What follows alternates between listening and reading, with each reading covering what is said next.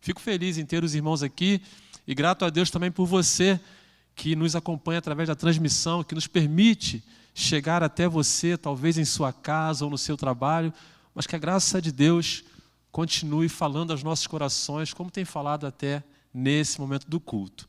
Amém, queridos? Eu quero pensar com os irmãos hoje, para o nosso estudo bíblico, sobre o tema Vivendo para Agradar a Deus. Nós, alguns domingos, o pastor Tadeu em especial, ele tem trago algumas reflexões voltadas para o avivamento da igreja, o avivamento que nós estamos precisando viver para esse tempo.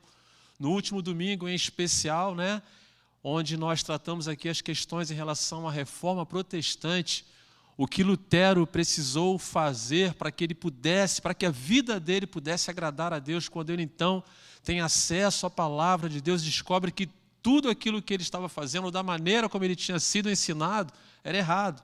E ele começa a viver melhor e traz para nós esta ideia de que nós podemos cada dia mais aprender diante do Senhor para servir melhor a Ele, para trabalhar melhor para Ele, para cultuá-lo de uma forma melhor, tudo a partir de um renovo espiritual. Eu quero nessa linha praticamente continuar pensando com os irmãos só que sobre este tema, vivendo para agradar a Deus. Convido os amados para irem comigo lá em Daniel, capítulo 1, é o texto que vamos usar, versículo 8 por enquanto.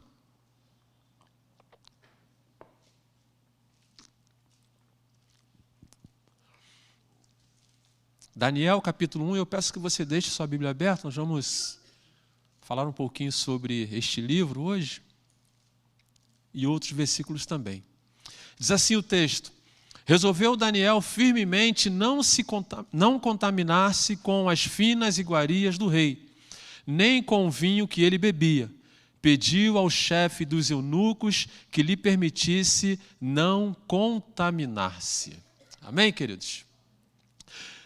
Vivemos dias, irmãos, como eu já comecei falando com os irmãos aqui, em que a igreja, ou as igrejas comprometidas com a palavra de Deus, nós entendemos que para esse tempo e pelo que nós estamos vivendo, as igrejas têm buscado viver esse renovo espiritual.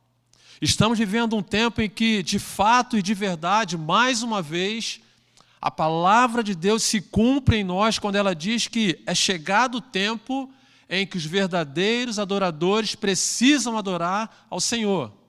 João capítulo 4, versículo 23 vai dizer: mas vem a hora e já chegou, em que os verdadeiros adoradores adorarão o Pai em espírito e em verdade, porque são estes que o Pai procura para seus adoradores. E quando nós olhamos, irmãos, para o nosso cenário num todo, as afrontas diretas à igreja, à família, a conceitos, a valores, mais do que nunca nós entendemos que é tempo da igreja do Senhor viver de uma forma que agrade a Ele. Viver de uma forma diferenciada, viver de maneira diferente. O texto em que nós lemos aqui traz para nós um pouquinho do que foi a vida de Daniel.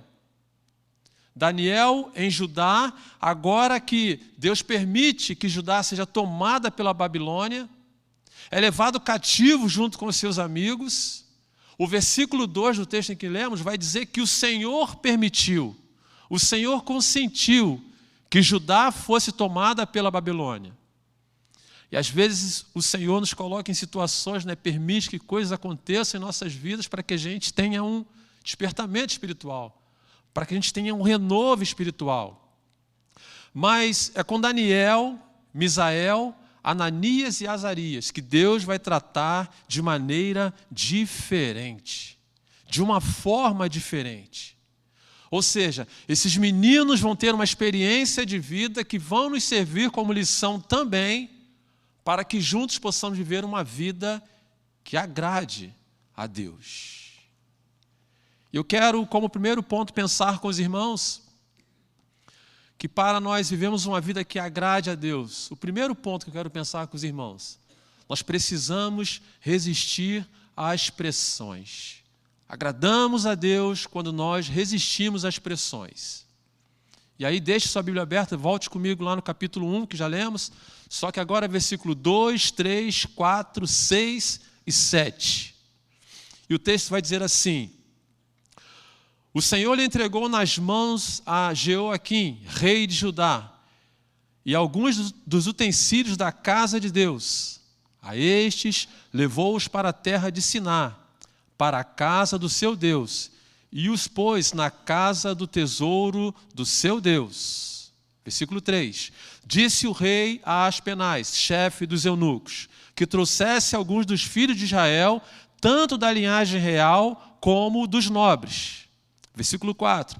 Jovens sem nenhum defeito, de boa aparência, instruídos em toda a sabedoria, doutos em ciências, versados no conhecimento e que fossem competentes para assistirem ao palácio do rei e lhes ensinasse a cultura e a língua dos caldeus.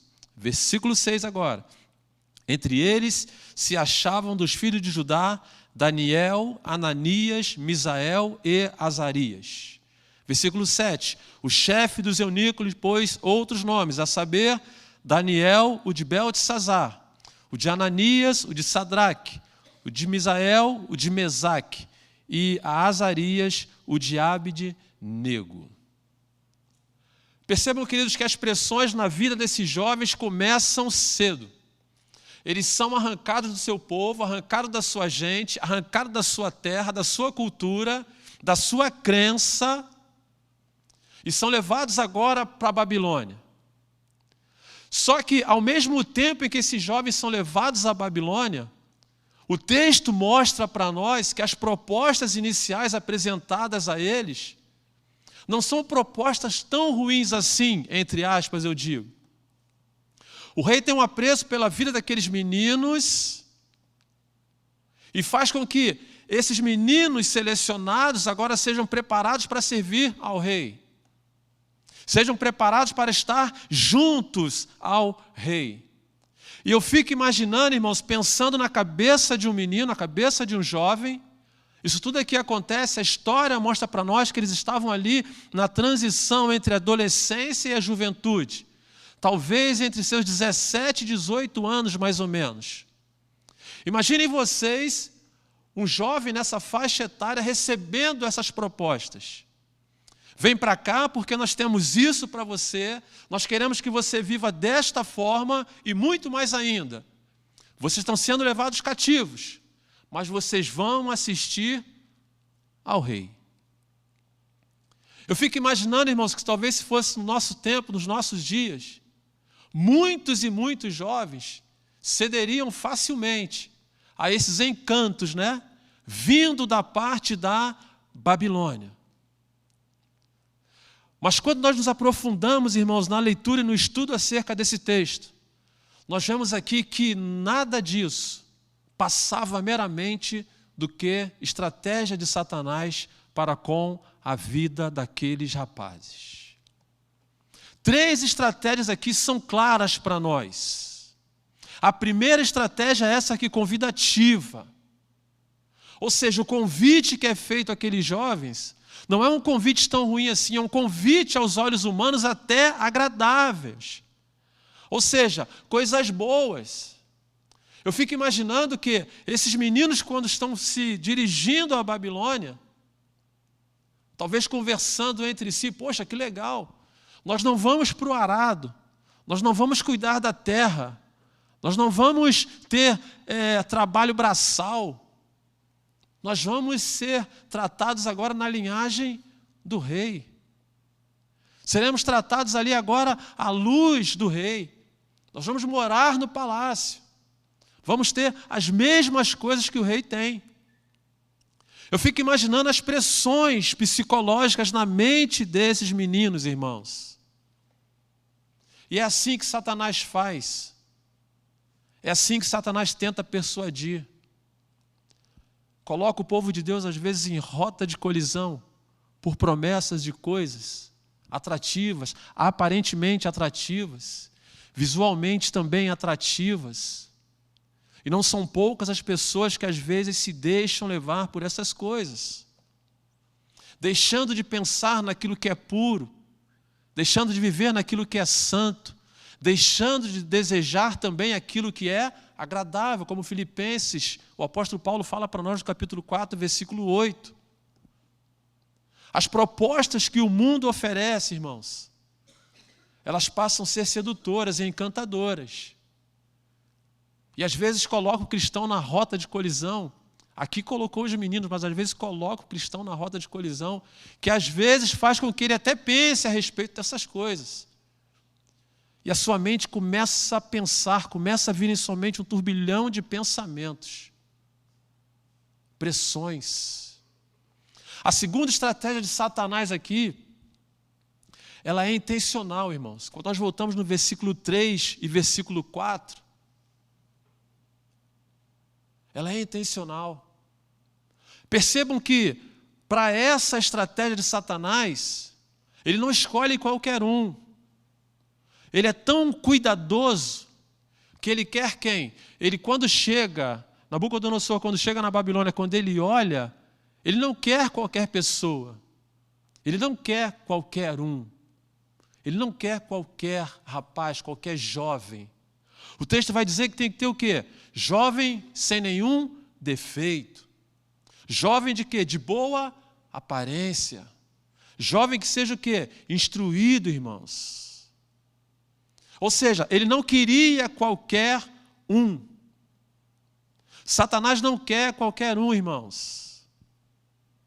Satanás, ele quer aqueles que são o quê? Que são separados. Satanás quer aquelas pessoas, aqueles cristãos que têm dons, aquelas pessoas que trabalham na causa do Senhor, aquelas pessoas que trabalham no reino, aquelas pessoas que tocam, que ministram, que cantam, que louvam, que ensinam, que pregam. São essas pessoas que Satanás anda atrás. Porque aqueles que já estão ali, que são indiferentes a ele, para ele não tem problema, porque ele já sabe que são deles. Ou melhor, que já é dele. Mas aqueles que não são, é nesse que os olhos de Satanás estão voltados, como estava voltado para esses meninos. E ele usa essa estratégia de forma o quê? Intencional. Ele não queria qualquer um. E aí serve para nós também, irmãos, uma advertência acerca da nossa vida. As pressões quando vêm sobre nós, as propostas quando nos chegam também, para nos tirar da graça, para nos tirar do caminho. E louvado seja Deus quando isso acontece, e mais louvado ainda seja Deus quando nós não nos deixamos levar por essas coisas. Porque quando isso chega até nós, é sinal de que nós estamos caminhando na direção certa. Estamos caminhando dentro da vontade de Deus. Mas ainda assim nós precisamos nos fortalecer ainda mais para que não venhamos cair. Como esses jovens aqui permaneceram firmes. E Satanás sempre busca nos colocar o quê? Numa rota de colisão.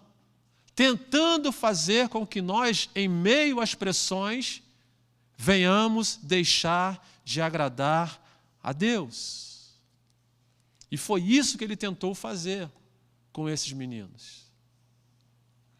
A terceira estratégia que ele usa aqui, irmãos, é a de denegrir a imagem daqueles meninos. Percebam que no versículo 7, uma das primeiras coisas que ele faz com aqueles rapazes é trocar o nome deles. É trocar a identidade deles.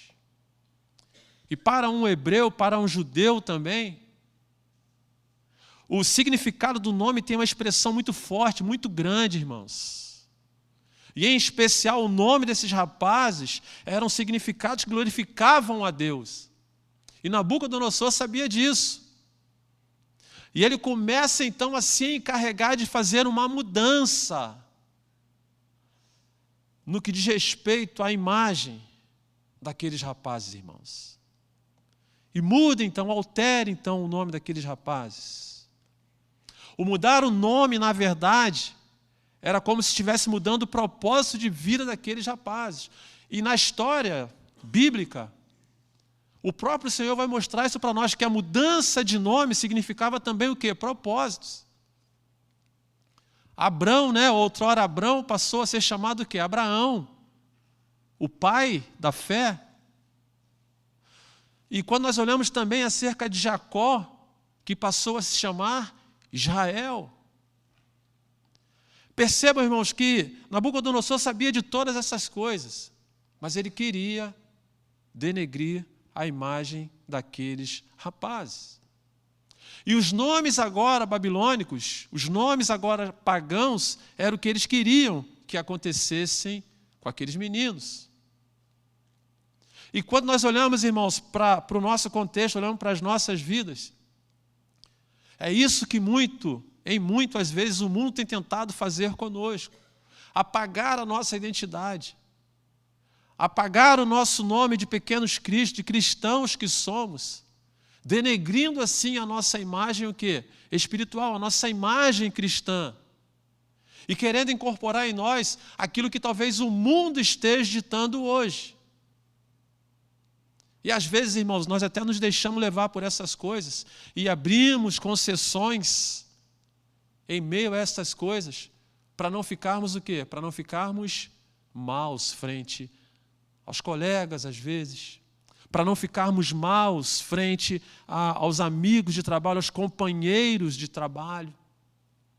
Quando, na verdade, irmãos, nós precisamos nos manter firmes com a nossa identidade de cristão, daquilo de que realmente nós somos, daquilo que para realmente nós fomos chamados, para sermos cristãos, pequenos cristos. E Paulo, lá em Romanos capítulo 12, versículo 2, ele vai nos advertir quanto a essas coisas. Ele vai dizer para nós assim, olha, não se conforme com este século, não. Não se conforme com essas coisas, não. Mas faça o contrário. Transforme pela renovação de quê? Da vossa mente. Daquilo que nós já aprendemos. E esses meninos também já tinham aprendido acerca do Deus Todo-Poderoso. Esse cenário que eu estou narrando para vocês aqui é um cenário praticamente de forçação. Eles não tiveram opção. Nós temos opção. Eles não tiveram opção. Foram levados e os seus nomes foram mudados. Mas por conta, irmãos, da renovação da mente que aqueles jovens tinham, e muito bem trabalhado em seu coração, eles tiveram ali o seu nome, ou os seus nomes alterados, sim, mas a identidade deles em Deus, esta permaneceu intacta, irmãos. Ainda que a Babilônia se levantasse contra eles, tirasse da sua terra, mudasse o seu nome, ainda assim, eles sabiam a quem eles pertenciam. Eles sabiam e conheciam a chancela que tinham em seus nomes em relação ao Deus Todo-Poderoso. Aqueles corações estavam em Deus. E eles demonstravam isso, irmãos. Eles viviam isso. E resistiram a tudo isso. E é interessante o texto que a narrativa do texto, eles não brigam, eles não ficam chateados, eles ficam tranquilos, muito convictos de quem era o Deus ao qual eles serviam.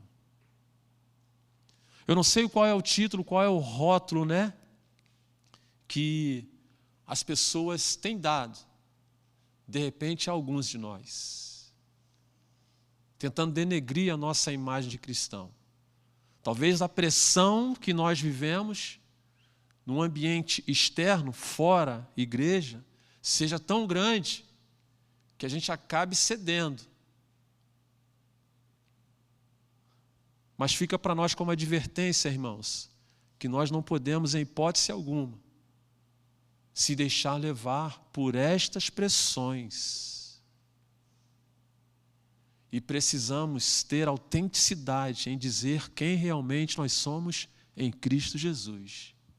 E por que estamos ali, ou por que estamos aqui ainda neste mundo, qual o propósito daquilo que Deus quer para nós, enquanto aqui nós estamos. Nós não somos deste mundo, mas enquanto estamos neste mundo, nós precisamos ter essa convicção e o nosso coração precisa estar muito bem certo de quem nós servimos. 1 Pedro capítulo 2, versículo 11 vai dizer assim: amados, Exorto-vos como peregrinos e forasteiros que sois, a vos absterdes das paixões carnais, que fazem guerra contra a alma. E João, capítulo 17, 16, vai dizer assim: eles não são do mundo, como também eu não sou. Aqueles meninos estavam na Babilônia, mas sabiam que não eram da Babilônia. Eles foram forçados a ter os seus nomes mudados, mas a sua identidade, ou as suas identidades em Cristo, permaneceram intactas. Portanto, meus irmãos, se nós queremos viver para agradar a Deus nesse tempo, nesse século, nós precisamos estar firmes para resistirmos todas essas pressões. Satanás tem olhado para nós. Satanás tem rodeado a nossa vida, num todo, tentando nos fazer desviar daquilo que Deus quer para nós.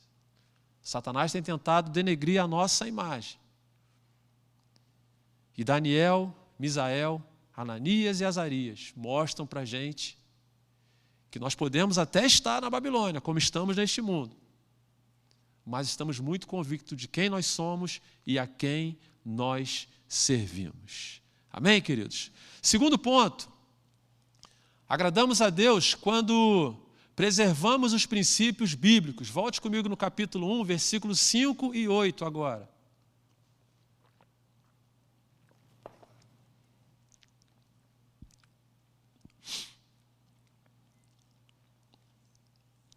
Diz assim o texto: determinou-lhes o rei a ração diária das finas iguarias da mesa real e do vinho que ele bebia, e que assim fossem mantidos por 3 anos, ao cabo dos quais assistiram diante do rei. Resolveu Daniel firmemente não contaminar-se com as finas iguarias do rei, nem com o vinho que ele bebia. Então pediu ao chefe dos eunucos que lhe permitisse não contaminar-se. A investida da Babilônia não para só nas pressões, ele continua. Como eu falei, eles começam recebendo um tratamento diferenciado. São tratados de forma diferenciada. À primeira vista, de forma até inofensiva. Não parece tão inofensiva assim, pelo contrário. Quem não queria um banquete do rei? Quem não queria se deliciar com as coisas que o rei comia naquele tempo? Eu imagino que muita gente, né? Mas a decisão desses meninos aqui traz para nós também ensinamentos. Ensinamentos. Como eu disse, eles serviam a um Deus todo-poderoso. Eles tinham muito bem trabalhado na sua mente, em seu coração, as questões em relação às restrições alimentares que os judeus tinham consigo. Levítico capítulo 11, você pode ler depois. E eles sabiam bem dessas coisas. E não bastasse a questão dos animais puros e impuros, em meio àquele manjar do rei, em meio àquelas iguarias do rei, aqueles pratos também eram oferecidos aos deuses babilônicos. E eles sabiam disso também. E eles não queriam se contaminar com estas coisas. Mas a Babilônia dizendo para eles: vocês devem os nossos sacrifícios aos nossos deuses. Vocês devem esquecer os seus deuses. Vocês devem se sentar à nossa mesa. Vocês devem participar do nosso banquete. Era isso que a Babilônia estava dizendo para aqueles rapazes, tentando persuadir a mente deles com aquilo que era o quê? Agradável aos olhos, saboroso ao paladar de repente, mas danoso à vida espiritual daqueles rapazes. Eles haviam forjado, irmãos, tudo para tentar mudar, fazer uma lavagem na mente, no coração e nas intenções daqueles jovens. E nos dias de hoje, irmãos, quando nós olhamos para o mundo em que nós estamos vivendo, não tem sido muito diferente. Os banquetes que têm sido oferecidos, eu não vou dizer somente aos jovens, aos adultos também, às crianças também, são banquetes que muitas vezes acabam encantando os olhos. acabam às vezes agradando a mente, mas que o seu fim também são fins danosos. Ou seja, coisas que atraem os olhos humanos, mas que na verdade, assim como na Babilônia, o mundo está querendo apenas nos tornar como mais um deles. Era essa a intenção da Babilônia, torná-los mais um deles. Ou seja, querendo dizer para eles que vocês não são mais filhos do Deus Todo-Poderoso. Vocês agora servem aos deuses babilônios. Vocês agora não são mais judeus. Vocês agora são cidadãos babilônios. Era mais ou menos isso que eles queriam construir na mente e no coração daqueles jovens. E é isso que o mundo que estamos vivendo hoje, irmãos, tem plantado na mente e no coração. Volto a dizer, não só dos nossos jovens, mas dos nossos adultos também. Ou seja, a ideia era eles esquecerem tudo. A fé, a devoção, o amor, tudo. E começassem a viver de uma nova maneira. Com tudo aquilo que encantava os olhos. E é isso que estamos vivendo, irmãos, nos dias de hoje. Infelizmente, princípios bíblicos, valores bíblicos estão sendo deixados para trás. Às vezes, irmãos, seja no âmbito de trabalho, seja no âmbito até mesmo no relacionamento social, nós começamos a abrir concessões sem atentarmos para os princípios bíblicos que nós aprendemos. Princípios que nós outrora defendemos também. Propostas que chegam até nós, tentando desviar a nossa mente, irmãos. Tentando fazer com que a gente mude o nosso trajeto em direção àquilo que agrada a Deus. Percebam que até mesmo com Jesus, o próprio Satanás, quando Jesus estava no deserto, ele vai tentar Jesus. E ele coloca Jesus numa parte alta e mostra para Jesus tudo aquilo e diz para Jesus que se Jesus fizer o quê? Se prostrado, me adorares. Tudo isso será o quê? Seu. Tudo isso será seu. E eu fico pensando comigo mesmo, irmão, se com Jesus ele passou por essa prova, imagine nós, meros seres mortais. Todos os dias as propostas vêm, irmãos. Todos os dias as cantadas vêm, as insinuações vêm, chegam até nós para tentar nos fazer, irmãos, sair dos princípios bíblicos que nós aprendemos. Vejam que não é, eu sei que não é tão simples assim. Não foi para Jesus, quanto mais para nós. Mas é isso que o mundo quer, irmãos. Quer que nós deixemos de lado os nossos valores, quer que nós deixemos de lado aquilo que nós aprendemos, quer que nós deixemos de lado os nossos princípios bíblicos, pautados na palavra de Deus, e nos inclinemos a eles. Essa foi a intenção junto àqueles rapazes, irmãos. Esta foi a ideia primeiro, né? E conosco não é diferente, irmãos. Um jovem, quando chega na faculdade, ele começa a ser seduzido por citações, colocações, não é? Volto a dizer, às vezes em ambiente de trabalho também, as pessoas começam a ser seduzidas para galgar, para conseguir algo, para tentar chegar em algum lugar. Não é diferente no âmbito profissional. Às vezes no relacionamento também.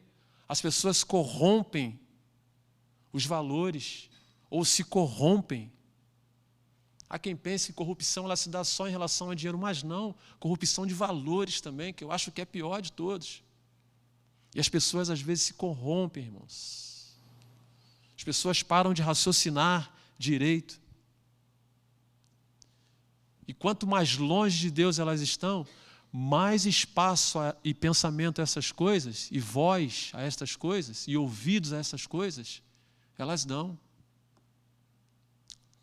Longe de Deus, o pastor não está vendo, não tem ninguém da igreja aqui.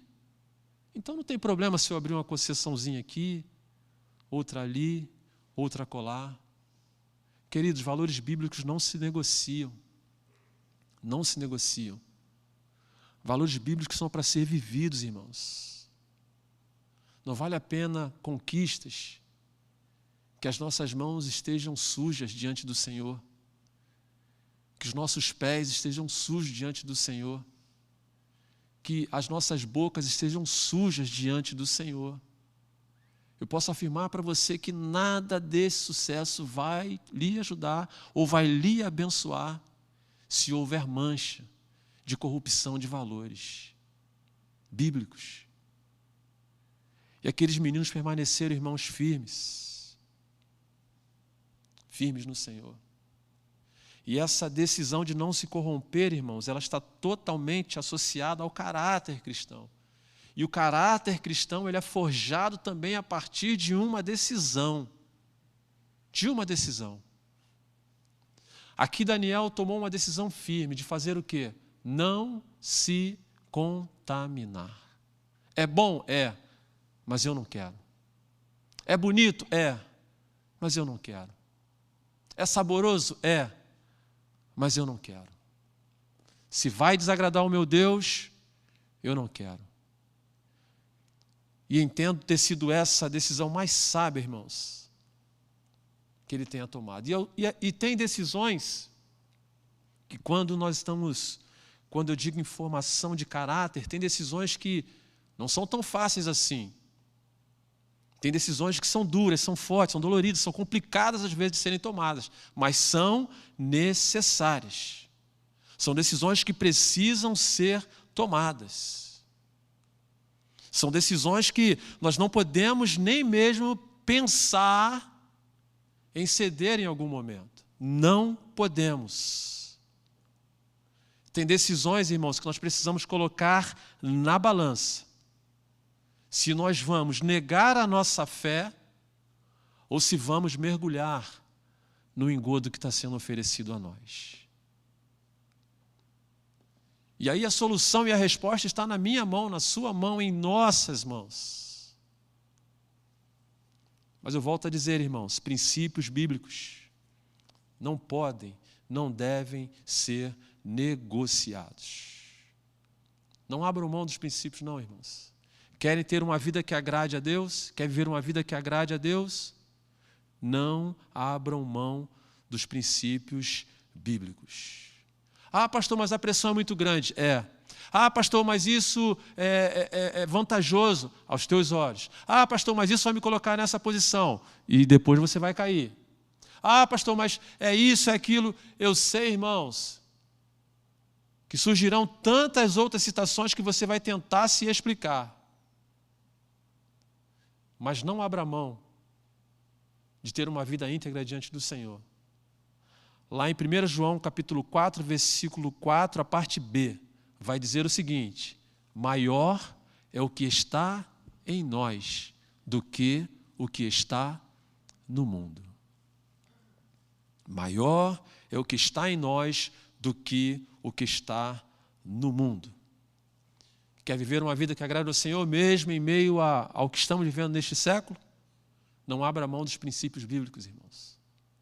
Não negue a sua fé. Maior é o que está em você, é o que está em mim, do que o mundo está ditando lá fora. Amém, queridos? Terceiro e último ponto, rapidamente. Vivendo, irmão, para agradar a Deus quando nós transformamos também o ambiente onde estamos inseridos. Vá comigo agora no capítulo 2, versículo 47 e 48.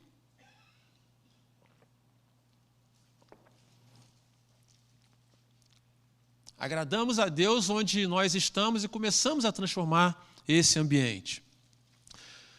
Diz assim o texto, versículo 47.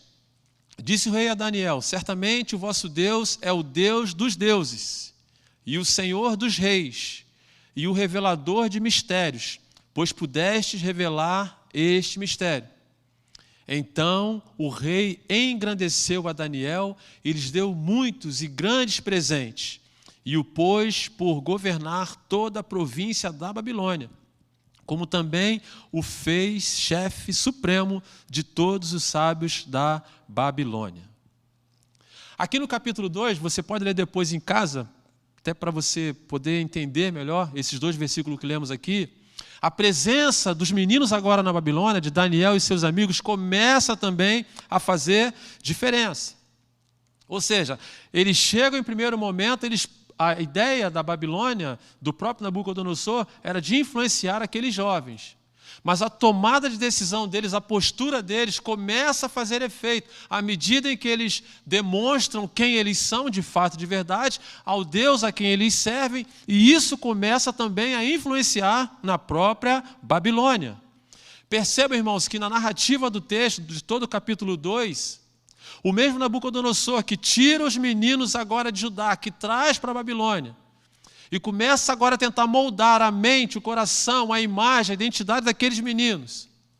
É o mesmo Nabucodonosor que agora olha para o Deus de Israel de uma forma diferente. Sintetizando rapidamente aqui o capítulo 2, é quando o rei tem um sonho e se perturba com esse sonho e não consegue decifrar. E ele fica inquieto, ele convoca então, o texto vai dizer que ele convoca os encantadores, os magos, os feiticeiros, mas ninguém consegue interpretar o sonho, ninguém. Ele então, tomado de tanta raiva, o texto vai dizer que ele decreta então a morte de todos os sábios da Babilônia. E dentre estes sábios, quem era? Daniel. Estava no meio deles também, incluindo Daniel. Daniel então consegue conversar e ele chega até o rei, pede ao rei um tempo para que ele possa fazer a leitura acerca daquele tempo, porque Daniel ainda tinha um diferencial. Ele conseguia interpretar sonhos. E ele então pede a Nabucodonosor, Nabucodonosor, me dê só mais uns dias, só mais um tempo, que eu vou revelar para você este sonho. E é interessante que no versículo 17 e 18, irmãos, ele pede esse tempo a Nabucodonosor, e o que é que ele faz? Ele vai correndo reunir-se com seus amigos e fazer o quê? Orar. Ele vai pedir a Deus, ele vai clamar ao Senhor, para que o Senhor revele a ele o sonho de Nabucodonosor. E aí chegamos nesse versículo em que lemos, quando ele consegue decifrar o sonho. Agora o até então todo-poderoso Nabucodonosor, o texto mostra para nós que ele começa a reconhecer a soberania de Deus. Ele começa a olhar para o Deus de Daniel de uma forma diferente, a usar a expressão Deus dos deuses, Senhor dos reis, no versículo 47. Ou seja, irmãos, a presença de Daniel na Babilônia começa a transformar aquele coração. No capítulo 3, você pode ler depois também, pode tomar nota aí, ele constrói, Nabucodonosor, uma estátua de ouro. E todos, ao ouvir o som da harpa, do saltério, da gaita, precisaria se curvar diante daquela imagem. Desta vez aqui não é mais Daniel, mas agora são os seus amigos que não fazem isso, não se prostram diante daquela imagem, nem tampouco aos deuses da Babilônia. E o que acontece com eles? São lançados na cova dos leões. Mas a essa altura do campeonato aqui, irmãos, a palavra de Deus, o Deus Todo-Poderoso, a semente do Deus Todo-Poderoso já estava plantada no coração de Nabucodonosor.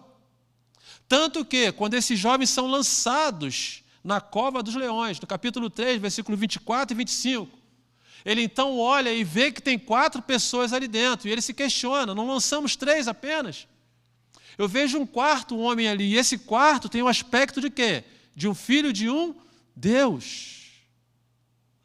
Ou seja, de uma forma direta, irmãos, a semente do Deus Todo-Poderoso já estava no coração dele, de Nabucodonosor. E no versículo 28 ele vai dizer assim, bendito seja o Deus de Sadraque, Mesaque e Abidnego. E quando aqueles meninos saem, irmãos, diante da cova dos leões, sem nenhum arranhão, no versículo 29, o texto vai dizer que ele lança então um novo decreto. Todo povo, nação, língua que blasfemar contra o Deus de Sadraque, Mesaque e Abidnego seja despedaçado. Seja despedaçado. Perdão, estou confundindo aqui. Estou falando a cova dos leões, mas foi na fornalha de fogo. A cova do... Me ajuda aí, gente. Eu estou indo, vocês nem me catucam. Ué, pastor, como assim? Estou adiantando o processo. A cova foi Daniel, aqui foi na fornalha de fogo ardente. E ele então decreta, irmãos, que não vai aceitar nenhum tipo de blasfêmia, nenhum tipo de falácia acerca do Deus de Daniel, de Misael, de Ananias e de Azarias. Oh, glória, irmãos! Oh, glória!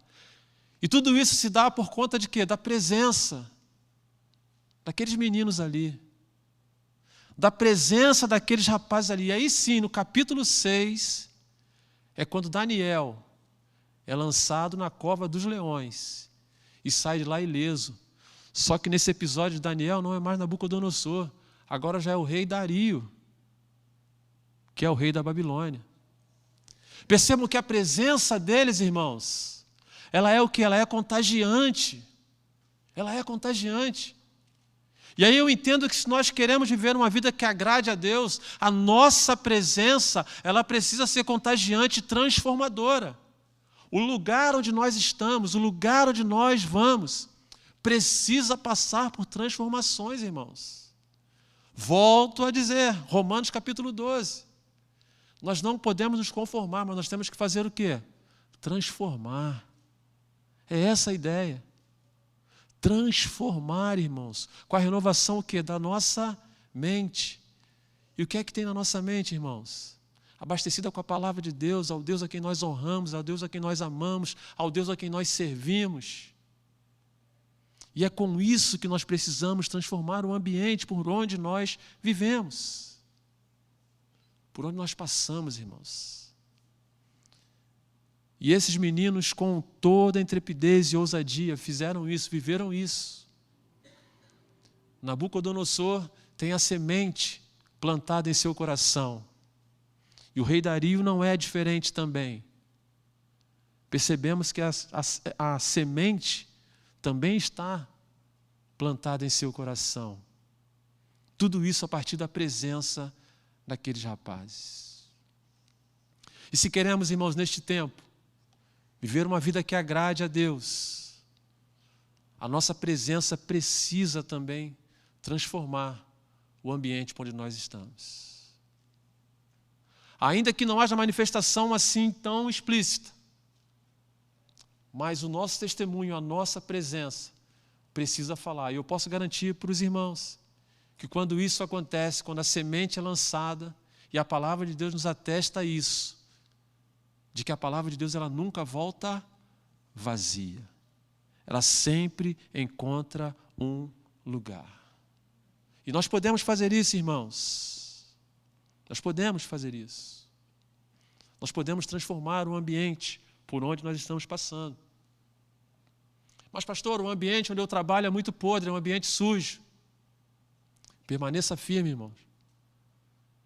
Não negocie. Não negocie com o pecado. Permaneça firme. Ah, pastor, mas as amizades que eu tenho, eu dependo delas. Depende mesmo, irmãos? Depende mesmo. Se depende, se não tem para onde correr, se você tem que lidar, seja firme. Não ceda, não abra concessão, não faça isso. Transforme essa situação. Quem diria que o então Todo-Poderoso, Nabucodonosor, iria se render, iria reconhecer a soberania de Deus? Quem diria? Portanto, irmãos, não está em mim. Não sou eu quem transforma, não somos nós quem transformamos. Tudo que nós precisamos fazer o quê? É pregar o Evangelho. E pregar só da boca, pastor, só falando, não. Pregar o quê? Com a nossa vida. Pregar com o nosso testemunho. Pregar com aquilo que nós somos. Aonde estamos. Aonde eu sou um pequeno Cristo.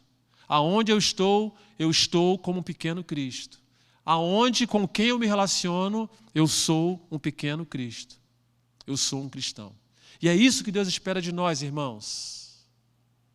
É isso que Deus espera de nós. E a história é bonita, porque Deus honrou também esses meninos.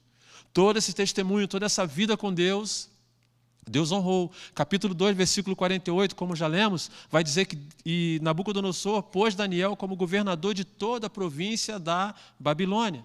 Já no capítulo 3, versículo 30, vai dizer que fez prosperar a Misael, Ananias e Azarias, quando eles saem da fornalha de fogo ardente. Ou seja, Deus honra, irmãos. Bem verdade que Deus não nos deve isso. Mas quando Deus quer, Deus honra também em vida, irmãos. E esses meninos viveram isso, aproveitaram, tiveram esse privilégio. E que possamos, assim como eles, irmãos, transformarmos os ambientes por onde nós estivermos. E é isso que Deus espera de nós. É isso que Deus quer de nós. Vivendo para agradar a Deus. Nesses dias, nesse século, neste tempo. E que nós possamos viver, irmãos, para agradar a Deus. Em primeiro ponto, não cedendo às pressões, resistindo às pressões, em todos os aspectos. As estratégias de Satanás estão montadas, mas nós precisamos resistir a estas pressões. Agradamos a Deus, vivemos para Deus, para agradar a Deus, quando nós preservamos também os princípios bíblicos, não abrimos concessões. Agradamos a Deus quando nós transformamos o ambiente aonde nós estamos inseridos. Esse é o desejo do nosso coração, de que nós, nesse tempo, vivamos de maneira que venhamos agradar a Deus em tudo. Amém, queridos? Que Deus nos abençoe nesta noite, que o Senhor continue falando aos nossos corações e que você, depois, querendo ler essa história, uma história linda, eu tenho certeza que o Senhor vai continuar falando ao seu coração também.